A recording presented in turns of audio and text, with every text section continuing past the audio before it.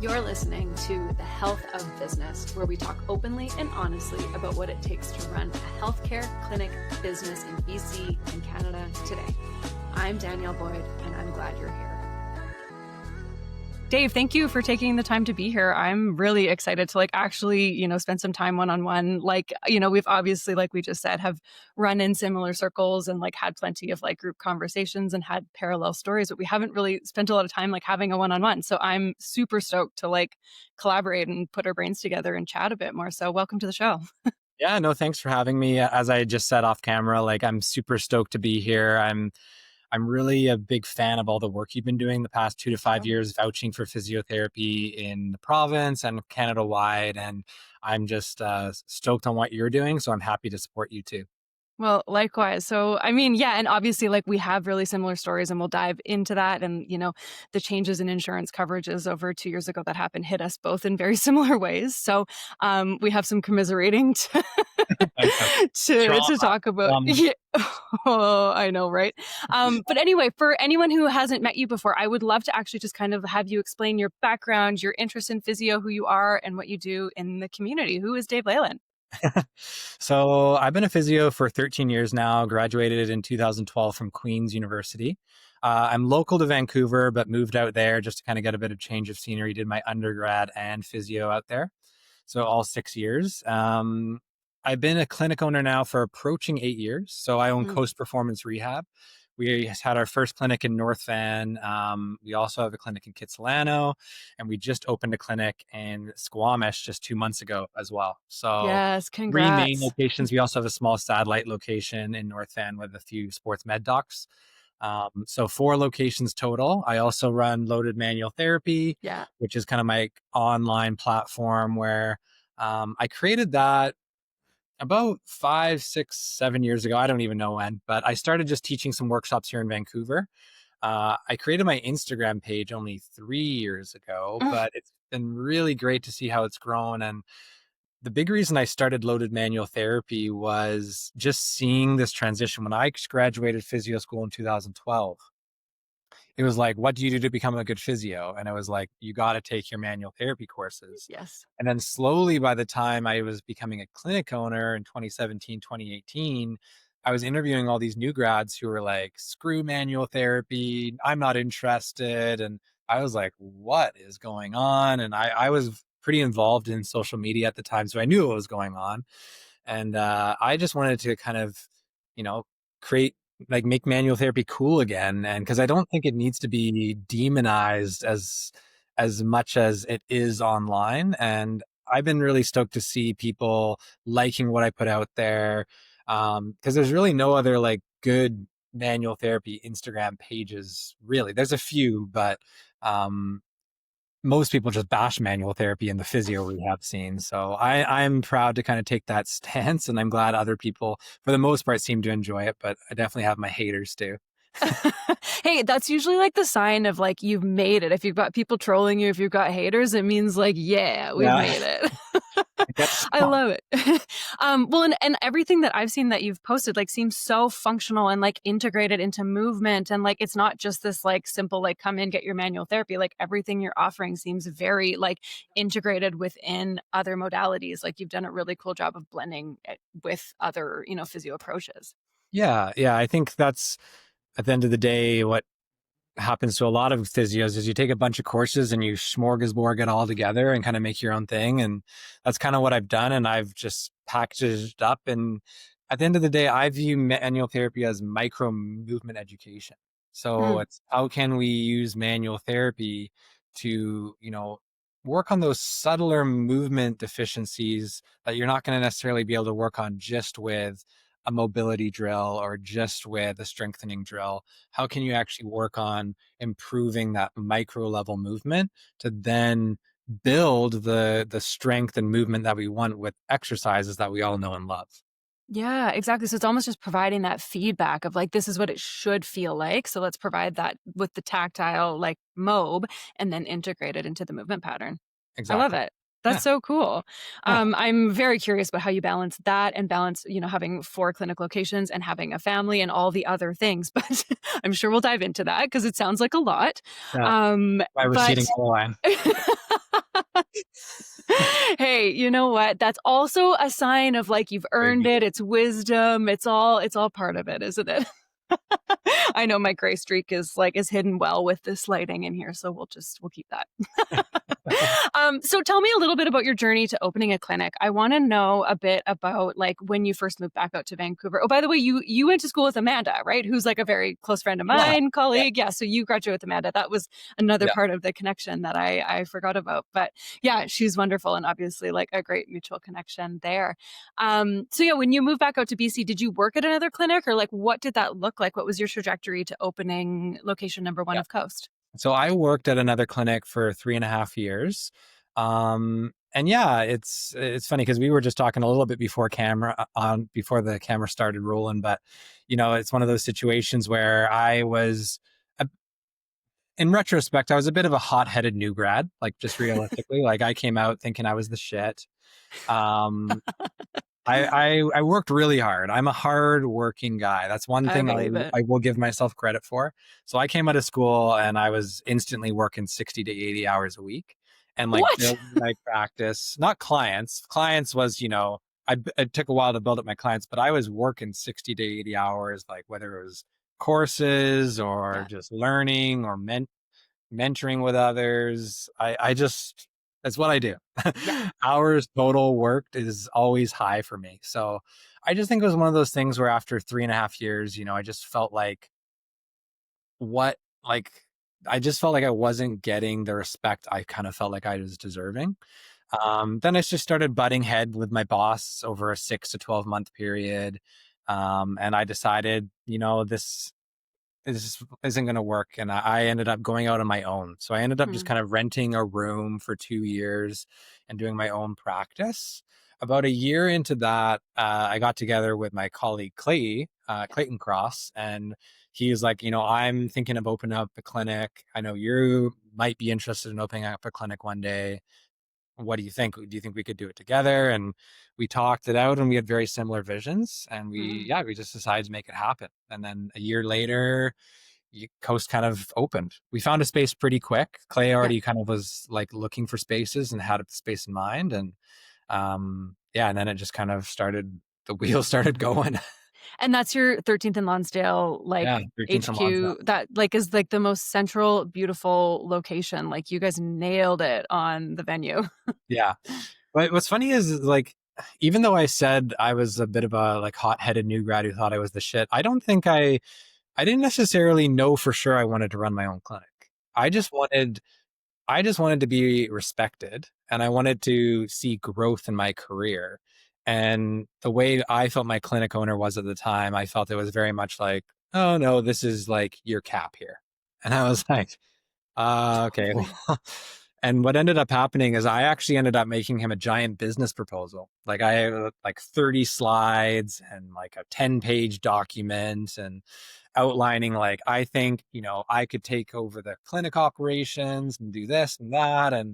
And yeah, at first he was like, this is great. Like I think there's a good future here for you. And then 6 months later, he's like, yeah, it's never gonna happen. So Wow. it Wow. definitely like clinic ownership was never something that was like 100% for sure on my like this is going to happen, but Hmm. definitely was something where I just wanted to build. I wanted to be a manager of something. I wanted to be a leader. Yeah. I wanted to, see some return on profits, maybe get some passive income, which I do that in quotation marks because I Danielle, but um, yeah, I think I just wanted a bit more, and Yeah. but clinic ownership, I've loved it. It's definitely has its ups and downs, and we'll talk about that, I'm sure. But Hmm. um, yeah, it's Yeah. definitely not for the faint of heart. No, absolutely not. And it's interesting, like my thoughts and my like kind of trajectory were really similar to yours too. Like I felt, I was someone who right out of school started training in like different modalities and doing all this stuff and like learning and growing my practice and really felt capped. Like I was like, how am I ever supposed to make more than like X amount of money when you're constantly exchanging money for time, right? So here I am, expanding my knowledge, expanding my understanding of different modalities, and I wanted to be able to scale that. Like, there's only so many hours in a day and so many viable hours in a day, right? Like after seeing 5 or 6 people in a row, like my brain just turns to mush. Like Yeah. I can't scale Yeah. hours. Like that's just not a possibility, right? So anyone who has that kind of like entrepreneurial brain or any like bigger aspirations, like I worked with this business coach once and she called it going feral. Like when you just see the cap and you see the limitations within the hours in the day and that inability, and you can't unsee it, so you go and you almost become unemployable because now you want to like have the vision and see it from a bigger perspective, and like you said, take on more leadership and management. And so it's kind of Mhm. this like Mhm. mentality shift that like you can't undo once it's started. Totally. Yeah. So you've obviously done this now, 3, 4 times, and you've just gone through opening a clinic again. So Yeah. congrats on location number. I guess, would you call it number 4? Like, did you count your satellite clinic in there? I would, I guess. Yeah. Yeah. Um, so you've done it 4 times now. Yeah. How did your experience in opening a clinic change and evolve from location number 1 to number 4? Obviously, going from 0 to 1 is usually the hardest, but how have you kind of like refined that process? What does it look like location to location now? Yeah, that's a good question. I think the process is for the most part the same. At the end of the day, like I think people think, oh, owning a clinic, I'll hire a few physios, hire a few massage therapists, but it's like shareholders agreements, lease agreements, lawyeries, like you're gonna have to do more lawyering than you ever thought you'd have to. Um, you know, And that's a huge overhead expense that clinic owners don't factor in when they initially create their fee yes, splits, right? Like that's a huge hidden cost. it is lawyer bills. I hate lawyer bills. They know their worth and they charge it. Yes, they do. So I think the process for the most part is the same. What's interesting, and I'll be honest about this, is we opened North Van, and we opened it in a brand new building. Took out a big loan to kind of make it happen. Fresh when you start a place in a brand new building from scratch, you have to pay for the HVAC and the electrical and the plumbing, and it's a big expense. And then when we started kits, it was already a pre-established space that we just had Oh, to lipstick reno it. right. Now, when we started Squamish, the opportunity was, you know, we had a brand new building. It was in a good location that we feel is going to grow. So we went that new route again. Mm, Moving forward, me and my business partner are a bit hesitant about going new again. I'll say mm, because yeah, going new, the bills are just astronomical yeah. because of like an HVAC bill could be 100 or 200 grand for like Yeah. building out HVAC in a brand new space. Oh my God. Um, so I'm a big fan of like looking for a pre-established office space or retail space that you can kind of transform. Yeah. That would be not anything we've changed as of yet, but something that we are going to focus on moving forward is Right. pre-established spaces with lower reno costs. Maybe they're not going to be a little less sexy, but I Mhm. think in terms of reducing your startup costs, reducing your loan costs, that's going to be a big factor moving forward for your success. Yeah, totally. And that's actually like one of the questions I wanted to ask you really is like for anyone who does want to, who's never opened a clinic, like, if someone wanted to open a clinic, like what are some of the big key points or like things you've learned that you may not have anticipated? Like what kind of advice would you give to anyone who wants to open a clinic who, might run into some of these unexpected costs or things to consider? I would say like we started pretty big with Yeah. our first Coast North van location was 3,800 square feet. Um, I would say that if you're looking to start a clinic, you don't necessarily need to start like a one room practice, Mhm. but you should maybe start a bit smaller than you would maybe hope. Right. And maybe you only sign a 3-year lease. Yeah. Maybe you grow into building something like build your whatever Danielle Boyd physio business Mhm. 2 or 3 years, get some money in that account, which then you can then help get that loan to get the space that you actually then want to get. I Yeah. think a lot of people maybe just want to jump in to do something big right away. And I don't know if that's necessarily the best move for, maybe the typical prospective clinic owner. Yeah. Yeah, and it's so interesting, I think you're right, the amount of cost and capital that it requires to start a clinic is, it's astronomical, I've talked to other clinic owners and I've, heard numbers of what they owe on loans and lines of credit, and, it's shocking, and obviously with inflation, the cost of, construction and leases and interest rates and all these things are increasing like crazy, so I think you're right, start small and grow with that potential, build that into your plan. I think that's really huge. A lot of people have these big grandiose ideas, which are great, huge goals, wonderful to have these big aspirations. But yeah, you got to train those muscles, those business, Yeah, running muscles before you jump into something huge because it could be a catastrophic failure if it's that high of stakes and you start that high. 100%. Yeah.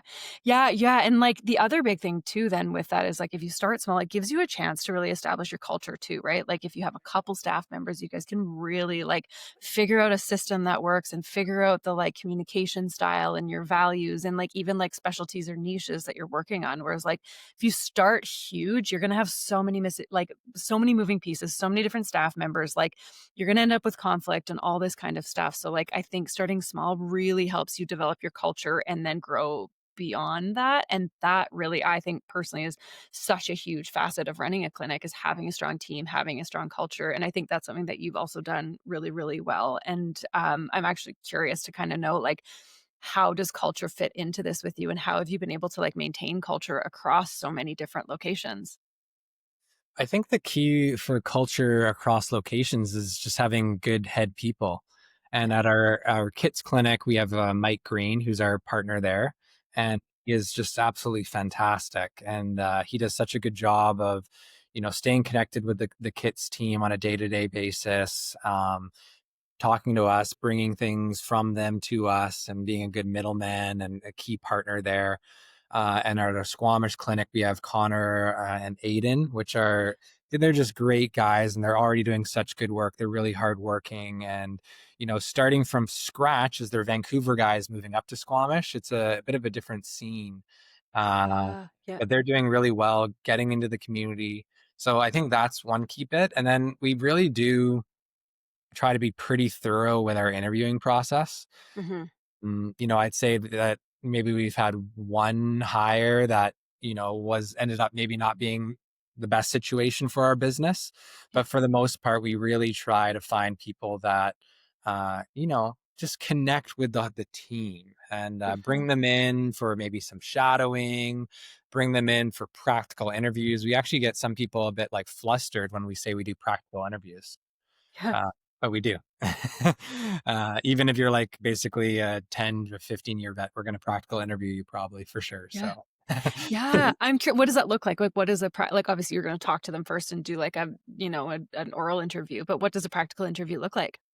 it's just a fake situation, or we're all beat up. So it could be a real situation too. Yeah. Yeah, just get them to take me through how you objective and treat, and give a few exercises, and let's kind of see where your skill set is. And I think that shows a lot for sure. Mhm. On top of just definitely a few in person, or if it has to be Zoom calls, and checking references, I think is big too, that we've started doing more and more as well. Um, I think if you can bring in people that work well together, and you bring in those good key leader people that keep everyone connected, then you're golden. Yeah, absolutely. What do you look for, within your specific culture? What are kind of the values and things that you're looking for throughout that interview process? Um, I think for us, it's honestly, it sounds basic, but it's just people that want to have some fun. People that want to have Yeah. some fun at work. We've not hired a few people this past year because we wanted them to be more fun and playful, honestly. Yeah. uh, Yeah, and it's that's one. so true. Like, It's so true. COVID has changed things a bit. I know we're well out of COVID now, but before COVID, like we would go out as a clinic staff like every few weeks or every Yeah. month. Yeah. COVID, you couldn't do anything for a couple of Yeah. years there, but so it's a little less frequent now, but it's something that we still value. And Yeah. I think we just have a team at our two main clinics, North Van Yeah. and Kitts, and Squamish is obviously so new. Yeah. That really just, they honestly are just like a little family. Yeah. Yeah, I love that, and it's funny actually, so I had, Neil Nijar on the show from District Physio, and he said something similar, like, he was very much like, we hire on vibes. Like, it's like, are you a good person? Do you fit in with the team? And like the skill set is something that we can train. Like, you've obviously made it through physiotherapy school, you have your license, like you can acquire knowledge, you're intelligent, but are you a like, fun or like down to earth person? Do you connect with other, like whatever the values of the specific clinic are? Like, I think looking for those soft skills is like far more important than the actual like skill set, because that can be acquired, because clearly they've been able to acquire knowledge by the fact that they have a master's degree in physiotherapy or whatever, international designations they have. Definitely. Definitely. Yeah. Yeah, and like, and I guess the other thing too is like, now that you're moving into Squamish, like the culture's probably going to shift a little bit because it's a completely different community, and so probably having to learn that a little bit more, and even the shift from North End to Vancouver is a bit different, but I'm guessing, has there been any like significant shifts or like different things that you've had to, understand or noticed about moving into Squamish? Definitely. Yeah, it's Squamish is interesting. Almost everyone we've talked to or interviewed for Squamish, they're like, "Oh, full time in Squamish is 4 days a week." No, no one in Squamish works 5 days a week. And Work-life balance is if it's priority a there. good powder day, I'm gonna take the day off work and I'm gonna take, 8 weeks vacation just because that's the way I'm rolling. And Yep. and Yep. people are just very blunt about it. Hey, fair enough. I went to I was pounding the pavement there about a month ago, and I was going around to different places at like 10 a.m., different gyms and stuff. And it was like 10 a.m. and every gym was like packed. And I was like, what's going on here? And I was talking to a few people and they're like, oh, everyone has flexible jobs here. Yeah. Everyone has flexible jobs, or they only work 3 or 4 days a week. So they might be on their day off, or they work shift work or whatever. Yeah. Yeah, yeah, you walk around, you're like, "Does anybody work banker's hours anymore?" Like, well, it's funny, I find myself, like, I'll walk around on, like, a Tuesday afternoon downtown, like, here in Kamloops, and find myself thinking the same thing, like, "How are there so many people?" And then I'm like, "Wait, I'm one of those people." Exactly. Exactly. Yeah, right? Oh, okay, right, yeah, I guess if I'm doing it, then they are So too. there's definitely that. Yeah, and then I guess I haven't been in the community long enough to know too much more than that, but definitely work-life balance is a big focus. So, but I think that fits well with us because we are a pretty hard-working clinic group, but Mhm. we definitely have people that like to get out and do stuff outside and take their trips, and so it's nothing new for us, but I think we'll just be a bit amplified in Squamish. Yeah, yeah, totally, and, like, obviously people who want to have fun, right? Like, Yeah. if that's the culture and, like, the thing you're looking for, it's actually, like, a really, really great fit, so I think that's cool. I'm curious about your, like, organizational structure. Obviously, like, you have yourself and Clay, and you guys are the owners. Do you have, like, kind of a like, an org chart, or, like, what sort of administrative or, like, leadership roles do you have within the structure of your all your clinics? Yeah, we have an org chart. I think the list of roles can be a bit out of hand sometimes. I think it's definitely something that I think in the next year we are looking to, now that Squamish is actually open, I think we're looking to how can we solidify what are Dave and Clay's roles in the company? What are, Squamish, Connor and Aiden's roles? What are Mike's roles a bit more specifically? Right. Because I think up until we opened Squamish, our satellite clinic's really small. So it was really just us and Kits. And I think that's our kind of next evolvement now. Now that you're Yeah. officially a 3-4 clinic place, how do you go to that next step? Because yeah, 0 to 1 is the hardest, Mhm. but 1 to 2 is its own thing. And then I'd say after 2 is a different beast, as we're starting to find out as well too. Yeah, yeah, fair enough. Like, I couldn't even imagine. But yeah, because it's interesting, like, how as soon as you have multiple clinics, like, you're kind of decentralized now, like, you kinda still need, like, your central leadership, Yeah. like HQ, and then, like, to disseminate amongst your different locations. Do you have, like, any form, like, of training programs or onboarding for your leadership? Like, what does that look like when you hire a new whether it's, like, leadership role or staff member, like, clinically? Well, for leadership roles right now, we kind of just have Mike and Connor and Aiden. And then we have our director of operations, Debbie, Mhm. who's kind of like been our clinic manager for a while, who's now taking an even bigger role. And then our operations manager, Danny, who's going to be going on mat leave in a few months. Mm.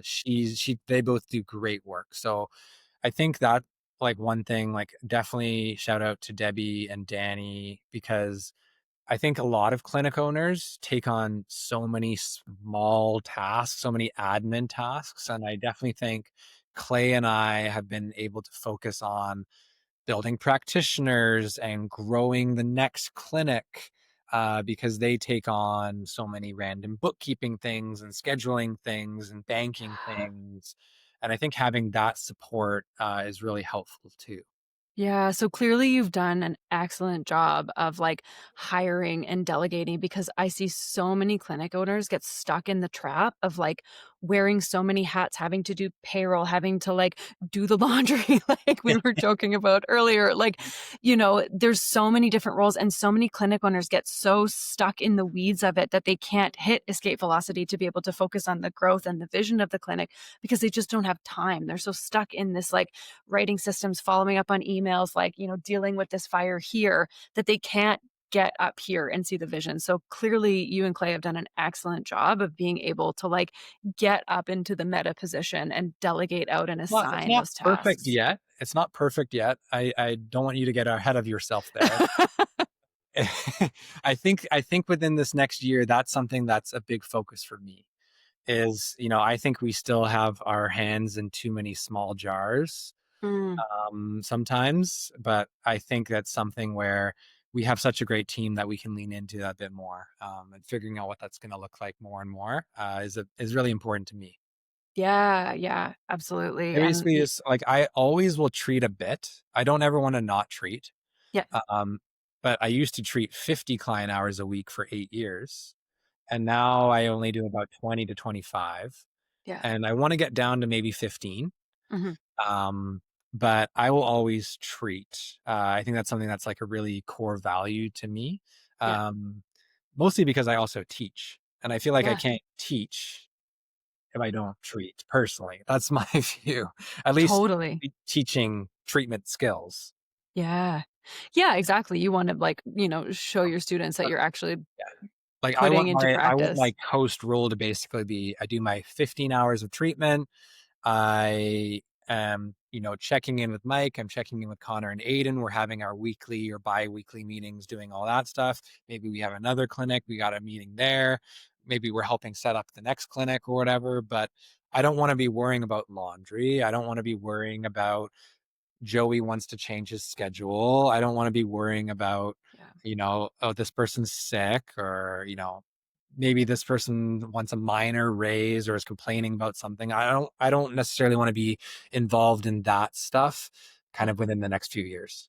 Yeah, so I assume, like, you still are to an extent in some Yeah. of Oh those yeah. conversations. For sure. Have you been have you been able to, like, separate yourself from some of that? I mean, I know you just said that you had a dryer breakdown and you're the one taking the We're doing towels the lawn. home as the caps, shift on the head as a clinic owner, but have you been able to at least find yourself separated from some of those more kind of, like, Yeah. put out immediate fire tasks? I think for sure, definitely on like the admin side and setting things up side and schedule side, it's getting better on that way for sure. Yeah, yeah, that's awesome. What would you say are like some of the biggest lessons that you've taken away from being a clinic owner? Like especially in the last 5 years, like since the changes with COVID and all the even the PTSW stuff, which we can dive into in a moment here. But I'm curious, like, what are some of like even some of the biggest like challenges and lessons that you've been able to like metabolize through this process? I think the biggest challenge for me as a clinic owner, and I don't want this to be like too soppy or anything, but like I'm a people pleaser. You know Yeah. how some people are like, I don't give a crap what anyone thinks about me. Like I'm just gonna do me. Like that's like the opposite of me. Hmm. Like I honestly, I care what people think of me. I Yes. care about my people. Um, and I think I'm with you. sometimes as a business owner, especially in a position like myself where you're starting to grow to two, three, four clinics, um, you start you start those first few years you're in your first clinic and there's like these really awesome vibes and everyone's like, this is the best place ever, so stoked. And then all of a sudden COVID happens, and some people think it's complete bullshit, and some people don't even want to come to work because they're so scared. And then you have to start balancing everything. You have to balance Yeah. all these perspectives. Um, and then sometimes you have to be a bit of a bad guy, and you have to like go against, or you might have a contract negotiation that you just have to kind of be firm on something. Yeah. And then sometimes 8 years later there might just be that little less of like, you know oh, Dave is not my like best friend anymore, like Yeah. Yeah. and I still care about my team so deeply. Yeah. But sometimes I feel like it's like, oh, Dave's like too busy and he's got all this stuff going on. And that's been my biggest challenge, honestly, is I Yeah. care so much. And I think my team knows that. And I think they do love and respect that. But, I miss kind of, having those friendly banter sometimes, and, Yeah. being super, super close as you might be in those like fun starting years. Yeah. Yeah, it's something that I've heard, like, other colleagues say, right? Like, you wanna be, like, at the same level as them and be friendly with them and, like, do the things and go out for drinks or go bowling or golfing as a team. But, yeah, then there comes time where you have to be firm on something, and now you're, like, not able to be the Not best getting friend, invited. and Yeah. yeah, right, and then it gets really uncomfortable, and then, yeah, like you said with COVID, like, there's all these different perspectives, so you're trying to manage everyone's perspectives and, like, how do you make everyone happy when they're at odds with each other? Like, yeah, so now you're managing expectations and emotions and views and perspectives, and, like, Yeah. yeah, it becomes really hard to then, like, be liked by everyone, which, like, I think many physios have the same pathology. Yeah. It's really So that's challenging. been my when because you did send me some of these questions before, and I thought about that one the most, and I was like, I thought about how I wanted to answer that one, and Mm, I I thought I wanted to be real about it, like, because I yeah. didn't want to just be like, oh, the challenge is all the hard work. Like, I wanted to be real. Like, to me, Yeah, that's been the biggest challenge is you know having such a fun starting energy, and then as you grow, and now I'm Big Dave, and you're meeting people in Squamish, and you're not going to be able to get to know them as well as you did as your North Van starting staff, and I'm it's just not going to be the same as you start yeah, to scale and grow. So totally, there's totally. definitely Well, when keeping smaller vibes too, for sure. But at some point, people want to grow as well, and that's one reason why we're growing is we yeah. want to help people grow. Connor, Mhm. we wanted to do Squamish because they wanted to do Squamish.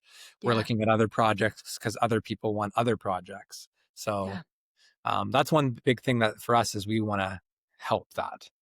Yeah, well, and it sounds like you've been able to partner with other people exactly and help them elevate their ability to scale and be a part of it, right? And it's almost in a way kind of reflective of your experience as a clinician creating that business proposal, like you're actually opening that opportunity up to people who are potentially in a position that you were when you very first started. So that is actually like really full circle. I think that's really cool. I think I appreciate that. That's a good way to look at it because that's one reason why I'm doing what I'm doing for sure. I love it. It's really cool. And like I appreciate the honesty in that too, because like hard conversations and conflict and like, managing expectations, I personally, that was like the biggest struggle that I had with all of my staff members too. I'm like you, like I want to be liked, I want to be respected, I want to have fun with everyone. And so like hard conversations and having to like be the deliverer of, not so great news or whatnot is really, really challenging. Have you found any I like, what do they say? Hard conversations don't get easier, you just get better at them. But, I Yeah. guess the question here is like, do you have any strategies or like anything that's worked for you to become better at having some of those hard conversations? I think at the end of the day, people like just full transparency.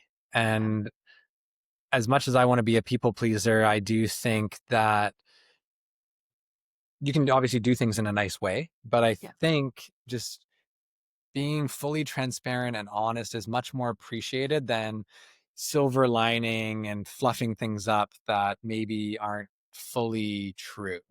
Yeah. And I think that's one thing I lean into is really just trying to be respectful with my wording, but be honest. Yeah.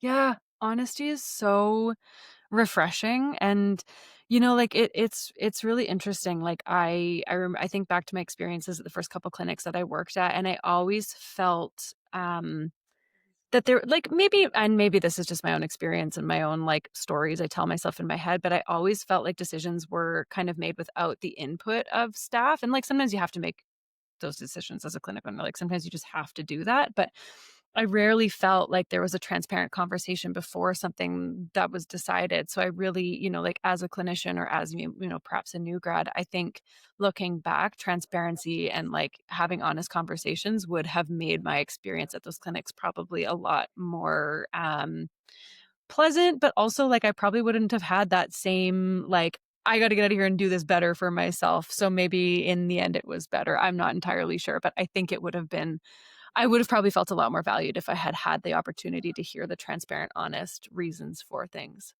Totally. Yeah. Yeah. Yeah. I think there's an easy perspective for clinicians to take because I took this view in my first 3 years that, yeah, okay, they're charging me 50, 55, 60%, whatever it is. The clinic owners just must be making a killing. Yeah.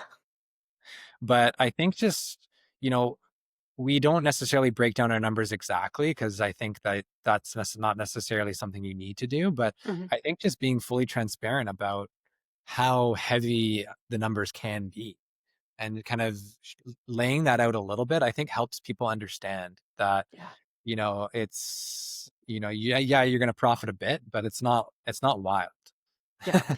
And I feel like and maybe it's just like the industry in general, but I feel like there's a lot of I hate to use this word, but I feel like vilifying of clinic owners for making a profit, right? Like I think like clinic owners do so much. There are so many thankless things that get done by clinic owners, so many roles that get taken on by clinic owners, and the risk, like your direct billing on behalf of everybody. If one of your clinicians slips up, that risk financially and legally falls back on the clinic owner, right? So the risk alone is something that should be worth every penny. So I really like I find myself often feeling perhaps even resentful towards clinicians who try to vilify clinic owners for making money, right? Like I don't think there should be any problem with profit. Like I think a clinic owner should be profiting for the risks they've taken, for, the hard work they've done and like their time and efforts. I don't think it should I be a agree. bad thing. Yeah, when I remember when I was butting heads with my clinic owner, I remember thinking, risk? What risk? You have such a good thing going, but like it's even if it's 10 to 20 years later and the good thing is just rolling, Mhm. the risk in those first 2, 3, 4 years was insane. Right. Right. Well, and this is actually a great segue into the PTSW conversation, right? Because for, anyone listening who's not familiar with the PTSW gate of end of 2023, Pacific Blue Cross stopped covering. Well, they claim that they never covered. It's still, the jury is still out as to whether or not they ever did or if they were anyway. The public knowledge and the clinic owner facing information, and the client facing information was never there. And on November 27th of 2023, Pacific Blue Cross made a public facing announcement saying that none of their policies covered anything that involved a physical therapy support worker, a PTSW, or a physiotherapy assistant. Mm. And so, for anyone who's listened to my very first episode, like, I kind of documented my story within that, but I know that your clinic was hit by that massively, right? So this is a huge, huge example of you, the clinic owner, absorbing that financial and potential, even like, legal risk loss piece of that now, because like we didn't know we were doing these sessions. And so now, as clinic owners, we're the ones on the hook for anything that might go sideways in a scenario where an insurance company changes their scope of coverage or, like, makes an announcement, right? So you, the clinic owner, were the one who had to take the hit. And from clients too, like, clients were pissed. Like, there was a lot of clients who were upset. And I mean, like, rightfully so, but there was a lot of pushback. And so here you are, and like myself too, like, us clinic owners were the ones that like took the massive hit on that. So like, I'm curious to kind of hear your perspective and your story around, like, obviously we've kind of had chatter within our WhatsApp group, but I'm curious to hear your experience with that. And like, obviously you're the one, you and Clay are the ones that overall took the hit as a result of this change. Yeah, the PTSW thing, I think you worded your question like, how have you pivoted? And I was like, Yes. and I was like, and when I was making my notes, I was like, we have, we haven't. It was such Neither have I. I closed up. a hard thing to pivot from. We basically, it's been 2 years. Mhm. I'd say the first year we tried to pivot. We tried to convince our physio team, like, hey, we can still refer to kinesiology. Let's keep our kins busy. And it just became very clear quickly that without the support of insurance companies, that at least from our perspective, it was too hard to keep our kins busy. So we went from like 5 kins down to 1 kin, basically, pretty much. And yeah, we honestly still haven't fully recovered from that. And that was a big part of our business. So I think it was Yeah. about 10-15% of our business in terms of Wow. revenue, Wow. and not just instantly gone. Yeah. There's a nice, chunk, if you were to call it profits, and that's not on our table anymore either. Yeah. So we've still been trying to figure out how we're going to pivot. Luckily enough for us, as our clinic, as anyone watching this, Coast Performance Rehab, check out our gym. We have a huge gym. Yeah. So we are looking at like, how can we even just rent our gym out to maybe other trainers, or do maybe some classes. And because right now, from my perspective, our gym is not busy enough. When we had 5 kins and our physios were going in and out, it was bumping and it was busy. It might have been too busy at times, but it wasn't out of control. Yeah. And now, like, our gym needs to be busier, and we're figuring that out. I think we tried to figure it out for a year and it didn't work. And then I think this Mhm. past year we've been so busy opening Squamish. Right. But I definitely, now that Squamish is open, it's like top of my list for things we need to figure out in North Van. Our kids clinic is small enough that we actually don't run Mhm. kinesiology out of there, or too much PTSW. So it was Yeah. never a big fit there. And Squamish is new that we're already going that route of like renting it out to external trainers and Right. coaches and stuff and classes. Smart. That's really smart. Because otherwise they talk about, in like business terms, usable square footage. And right Yeah. now our gym is not getting utilized as much as it Wow. needs to. So Ugh. yeah, we It's haven't just pivoted. heartbreaking. It's so frustrating. Like, it's so frustrating. And I mean, I could like harp on it and go into all the reasons why it was frustrating, but I will I Yeah. will digress from there. But The thing it's that, the thing that frustrated me the most is, I forget your views specifically, Danny, so I don't want to speak for you. mm, But I know you were very much against everything. It seemed like to me, like you were like, "This is complete BS." Me too, but I also felt like I could understand where their insurance companies were yeah. coming from. Yeah. I could see that like unlimited benefits or $2,000 to $5,000 benefit packages were maybe being used to some degree. Totally. Yeah. So I could see where they were coming from. I just wish they didn't do this cold turkey Yes. overnight Yeah. 100 to 0. Yeah. Why don't you limit it to one kin session a week? Yeah. Or you limit it to a certain dollar amount, or you bring in kinesiology benefits, or Yeah. there was like 5 or 6 different possible solutions, and Exactly. they weren't even being looked at. Exactly, right? And, like, you're right, like, they're a private insurance company, they can do whatever they want to, and people need to purchase with their own Yeah, purchasing power and purchase a policy that works for them. However, when it wasn't clear at the beginning that that policy didn't cover that particular thing, and then to just pull the rug like they did, I was just, like, floored. It was completely inappropriate, there was no timeline associated with it. They were auditing clinics, asking for money back on something that they didn't disclose was a problem, and yeah, and, like, I look back now, obviously, like, I lost 80% revenue overnight. Like, it was yeah, 80% of our business model, and that's just because it grew like wildfire. The other 20% was my own personal caseload, so yeah, it was, like, all the other aspects of the business, and because we did it in a decentralized way where we, like, subcontracted different locations, I didn't really take a huge commission off of it, but we had these systems in place that were really trying to grow into other remote communities, so I felt really strongly, like, that what we were doing was helping to improve access to care in these more remote communities that might not have yeah, had a physiotherapist otherwise because we were really using it in conjunction with telehealth. So it was quite unique. And I was just like finally hitting the tipping point where it was working. And then it was like, all that can I ask startup work. can I ask you a question? Yeah. Now, if you want to talk about this after, that's fine too. What's your outlook on the PTSW changing, or is it dead in the water? Or do you think, I don't think we'll get it back necessarily from Pacific Blue Cross. I know that PABC is having plenty of conversations with them. They have their task force in place.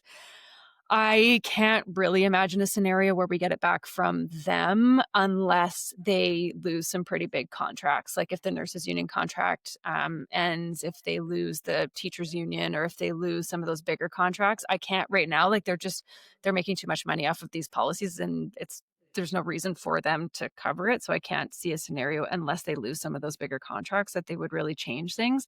I know Canada Life, I know like some of the other ones are still covering it. You have to be really careful with your medical indication around it and that it's not for like fitness and weight loss and all these things, which is fine.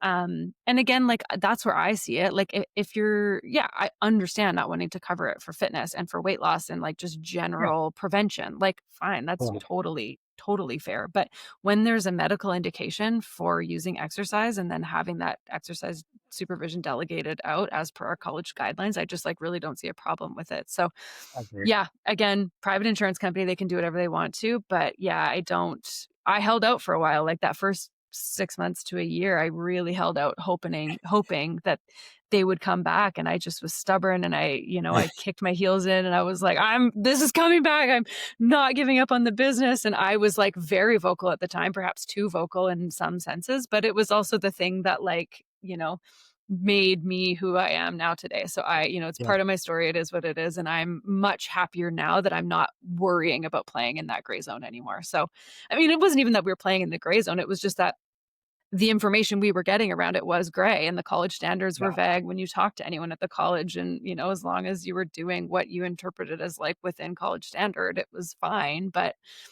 yeah, yeah. I sleep Good time. better at night now. Good, good, good, good. Yeah. So I guess, yeah, pivoting. I haven't pivoted. I've just closed that part of the business down. It sounds like, yeah, like you're looking towards where to go. And I think a lot of clinic owners held out for, I'm not going to pivot until I know for certain it's not coming back. So I don't know. It's tough to Yeah, say. I would like to think it would. yeah. That's for the first year, we were like, maybe, maybe, maybe. Let's see if we can grow our kins. Let's see if we can grow our kins, and then it just wasn't happening. And then yeah, we've just been so busy this year with Squamish, but now we need to make our gym busier again for sure. Yeah. So we've talked a lot about like the challenges and like kind of the like, like less sexy parts of owning a business and like the challenges and, all that part. I'm curious to know like what do you love about being a clinic owner? What are some of the big like wins and, lifestyle benefits of being a clinic owner? Oh, that's a good question. I think Um, well, for me, it just stems about like I just have such a huge love for my work Mm, that like it's almost not healthy, but I've just ever since school, like even during school, I did physio school and I was working 25 hours a week as a strength and conditioning coach.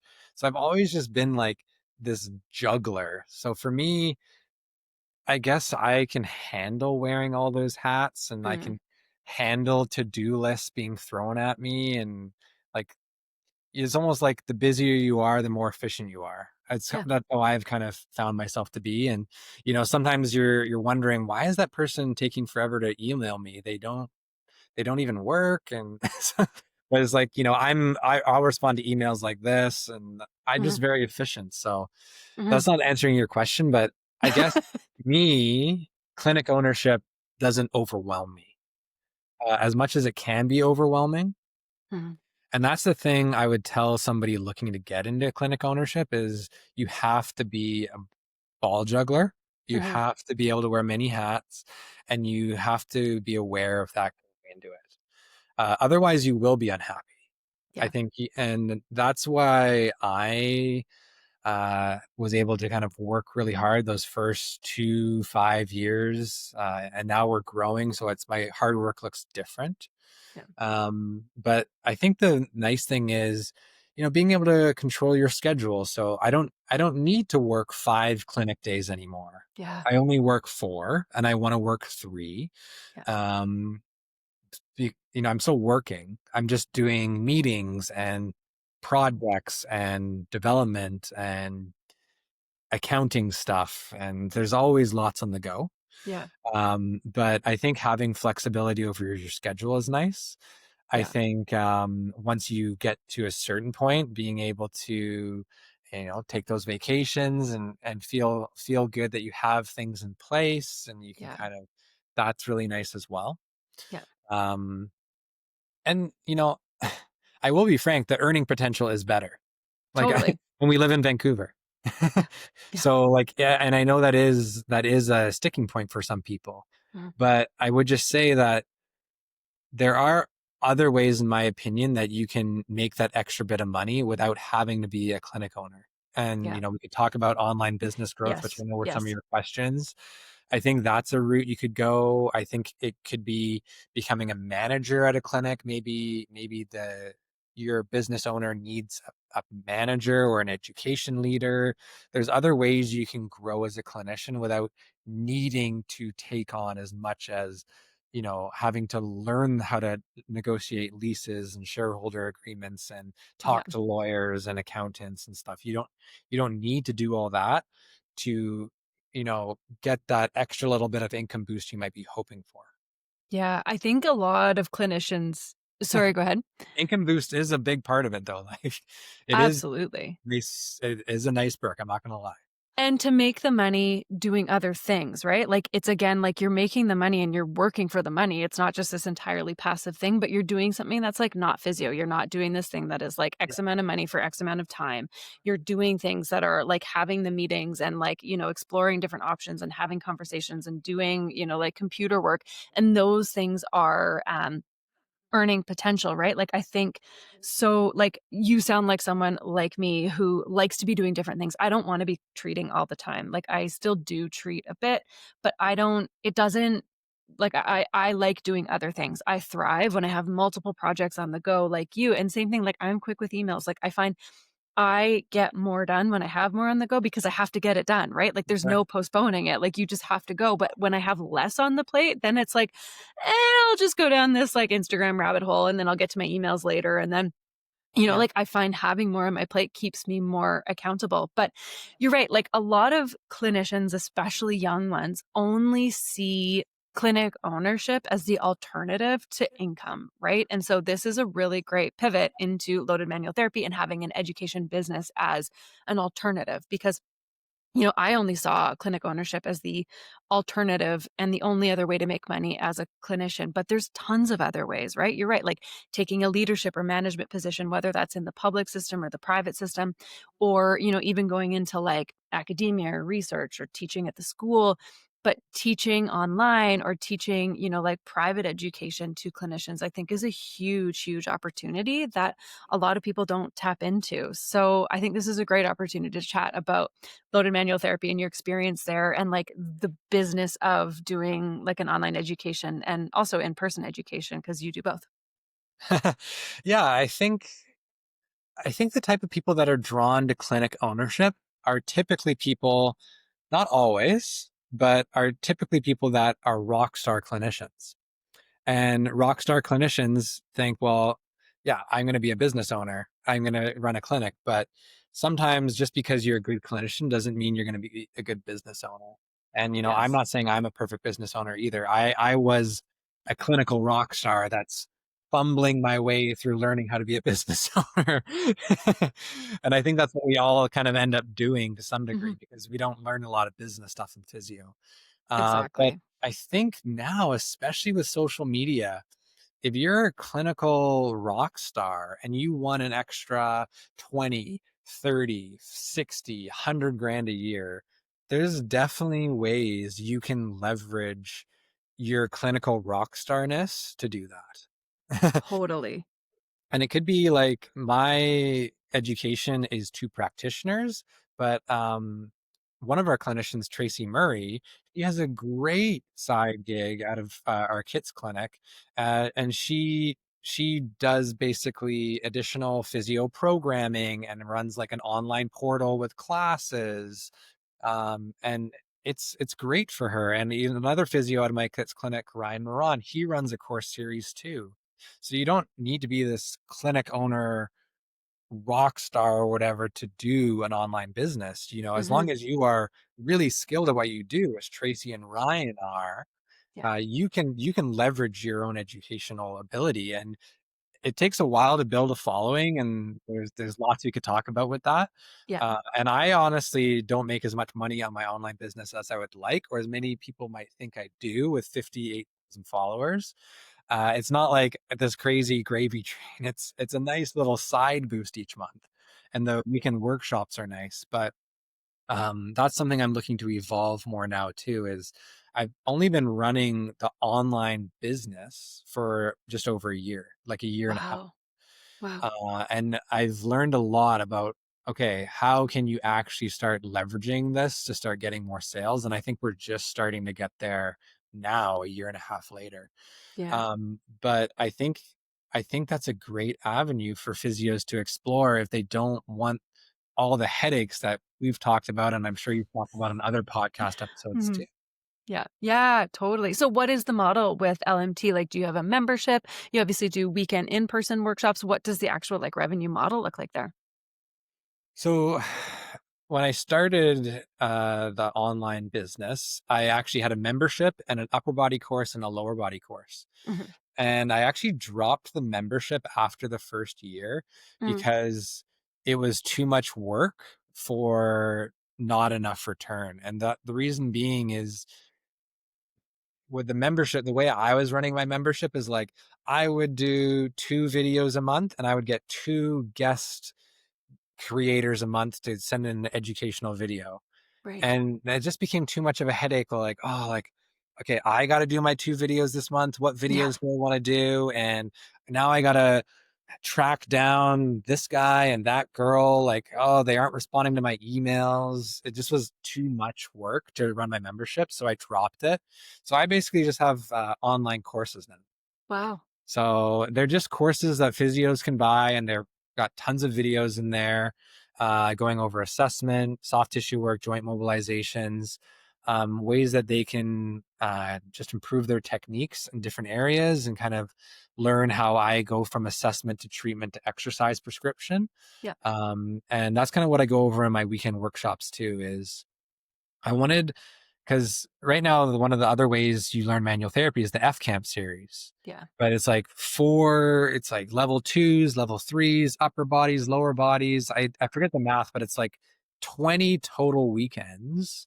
And probably And close to $20,000. like at least $10,000, if not $20,000. And I definitely think there's value in that. And I did up Mhm. to my level threes. But I think that manual therapy, especially in this modern approach, is how can you check someone's movement potential, movement capabilities, Mhm. do some things that are going to help them move a little better or feel a bit better, and then give them tools to help manage their situation at home. And that's kind of the approach I take. And I want to deliver as much as I can in one weekend. And it's an Yeah, action packed weekend. Like most I people bet. leave and they're like, whoa.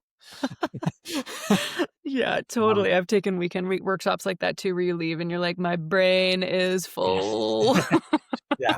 But when I was a new grad physio, I was taking so many courses, and that was my biggest pet peeve is just like the slow weekend Mm. courses. So I just went like the other way and just like action packed them. Love it. And, like, you feel the best too. Like, yes, it's a lot of information, but, like, you can go to work on Monday or Tuesday Yeah. after a course like that, and you have something for everyone now. Like, literally every person that comes in the door, you have something to try with them. So I love that. Like, as a person taking a course, like, I would feel like I totally got my money's worth if I had, like, a fully action Yeah. packed weekend and I came out of it absolutely exhausted. So Yeah. I love that. Like, I think having that as an alternative, like, is a really cool. I mean, the internet and social media have really opened up that as an opportunity for sure for people. So you're right. And like the clinic rock star moving into clinic ownership usually is born of the clinic, the clinician, the rock star having these like headbutts where they're like, I am bringing in like most of the income here. I don't have another like outlet for me to earn and scale on this. And yeah, like we said earlier, like opening a clinic really was the only way. So I think you're right. Like having this as a potential for earning for these rockstar clinicians is like really, really cool. I think And that's then for cool. them, it's like, well, as long as they're at a clinic that still allows good growth for them income wise too, Mhm. they can grow clinically year after Yeah. year or every few years or whatever. And they can develop a system where they can start teaching others online or in person or both. And they just don't have to worry about all that stress of business ownership. They can just Mhm. be that rock star clinician. If they want to work 30 clinical hours a week, they can still work 30 clinical hours a week, because as I've grown, like it's hard to work that many clinical hours and be a Yeah, dad and teach and stuff. So you totally. have to start cutting back somewhere, and it starts to make sense to cut back your clinical hours the most. But Yeah. if you don't want to do that because you're a clinic rock star, you don't have to. How are you balancing all of those things? Because you do have a lot on your plate, and obviously, like, you enjoy it, so I think that's a huge part of it, but yeah, like, you have 2 very, like, successful growing businesses. How are you balancing that in addition to having, a young family? I think I think not as well as some people might hope. It's cool, like, and there's moments where it is too much for sure. Mhm. And I'm just grateful to have a supportive wife that Yeah. takes on a lot of the home stuff. Mhm. And she's actually just starting this past few weeks. She's just starting a career as a personal trainer. Oh, nice. And so that's going to be a balancing act as well too. And I'm going to have to start picking up a little bit more at home as well, on top of balancing things. But it's all going to be good. And uh, I think I think balance is the fruit of life. Mhm. And Mhm. a big thing you talked about, one of the perks of being a clinic owner. And I enjoy being home. There's one night I extended one night, unfortunately. But for the most part, I'm home at like 4:30 now, and I enjoy that. Whereas, I used to work until 7 or whatever, Yeah, a lot of the time. And I think that's really nice, is being able to have the flexibility to be there for my family. yeah. Is one of the nicest things of being the clinic owner, is having that control over my schedule a little bit more. Totally. And like probably the ability to work from home or like, respond to emails after the kids have gone to bed, right? Like you can kind of pick and choose your work blocks and figure it out from there. We're getting close to time, but I have a couple more questions for you. I guess from a more meta view, what is your like ultimate leadership philosophy? Like what do you really truly value as a leader? Um, for me, it's all about yeah, growing people. And you kind of said it Mhm. beautifully, honestly. Like I had an incident where I felt like I wasn't getting good growth opportunities, and I want to now, like, when we started Coast, people were like, are you going to open one Coast? And we were like, no, we want to open 5 or 6. We said that right away. And we knew that because we knew once we opened one, that if we created a good enough culture, that there'd be people wanting to open more. Mm-hmm. And that's what we're starting to find. And we don't know where Coast is going to go. Yeah. But we want to help people grow. Love it. And that's the roles people want in terms of partnerships and taking on lead roles at clinics. Then we want to help facilitate that. Mm-hmm. And then for me, I think I said it at one point, it's just about being kind and being respectful. Yeah. And I think no matter what, my team would say that, I am really careful with my wording and I'm kind and I do show that I care. Yeah. Sometimes I may be too busy and I might be running around like my chicken, like a chicken with their head cut off, but I think everyone knows how much I care. Yeah. Yeah. I think that's beautiful because, like, just because you have to deliver hard news doesn't mean you can't do it in a way that is kind and respectful, right? And Yeah. as a clinic owner, you're always going to probably have news that is difficult to deliver, but doing it in a way that is kind and respectful is always going to be much better received than if it's just very blunt and Yeah. yeah. Ugh. The last question I have been trying to ask most people. I don't think I've asked it on the last couple of episodes, but let's get back into the habit. The last question I ask everyone, I don't think I actually gave this one to you as a pre-review, but given that the name of the show is The Health of Business, what does a healthy business look like to you? And I think you've probably already answered that question, but if you could just summarize, what is a healthy business? What is that to you? I think a healthy business is one that has good culture.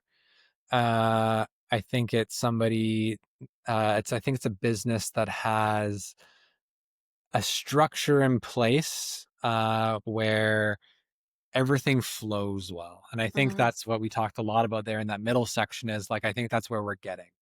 Yeah. I think that's not to mean that we haven't been a healthy business, but I think when you're evolving, you can't necessarily be healthy all the time. Yeah. So I think, we were healthy when we started North Van, healthy when we grew into kits. And then maybe there's this period where we're evolving, we're managing 2 years of COVID hecticness. And then now we're opening Squamish and, we're working ourselves through it a bit. But I Yeah. think we're evolving into that next phase where there's a org chart and everything Yeah. flows well and everyone knows their roles. Yeah. I think that's a healthy business. I love it. Dave, thank you so much. Where can people find you? How can they follow LMT online, take your courses, book in at Coast? Where can they find you? Yeah. Yeah. So just at Loaded Manual Therapy on Instagram is probably the best place to follow me and learn more about kind of what I do. Maybe catch the odd funny video here and there. And then Coast Performance Rehab, you can check us out. And if you're in North Van, Squamish, or Kits, we got you covered. Awesome. Well, thank you so much for your time today. And best of luck with the opening with Squamish. I'm very excited to see it grow and continue to thrive. So best of luck Appreciate it. and thanks again. Thanks, Thanks. Danielle. That's it for this episode of The Health of Business. If you're navigating any of these challenges in your own clinic, know that you're not alone. If you're interested in working together on any of these challenges in your business, head to danielleboyd.ca to learn more about my consulting offerings and to get in touch. Catch you next time on The Health of Business.